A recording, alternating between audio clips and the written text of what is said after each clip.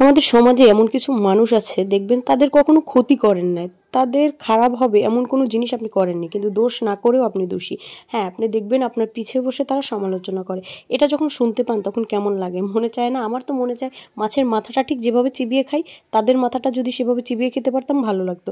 কিন্তু কি করার, দিন শেষে তো সেটা করতে পারি না, কারণ মানুষ তো, মনুষ্যত্ব বলে কিছু তো আছে। কারণ নিজের থেকে তো জানি যে আসলে তাদের কোনো ক্ষতি আমি করিনি, তো দোষ না করেও অনেকে দোষী। দেখবেন আপনার উপরে তারা বলতেছে আপনাকে খুব ভালোবাসে, আপনার সাথে মিশতেছে, কিন্তু ভিতর থেকে আপনাকে একদম পছন্দ করে না, একদম দেখতেই পারে না। এরকম বহুরূপী বা মুখোশধারী মানুষদের সাথে কি করা যায় বলুন তো?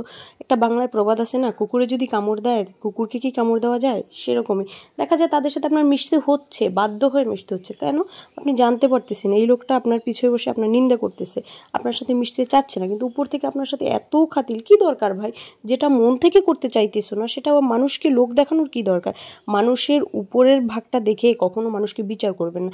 অনেক মানুষ আছে তাদের চলাফেরাটা একটু স্টাইলিশ হতে পারে, বা কি বলবো, সমাজের সাথে তাল মিলিয়ে চলে, তাই বলে কি তারা সবাই খারাপ? না, খারাপ না।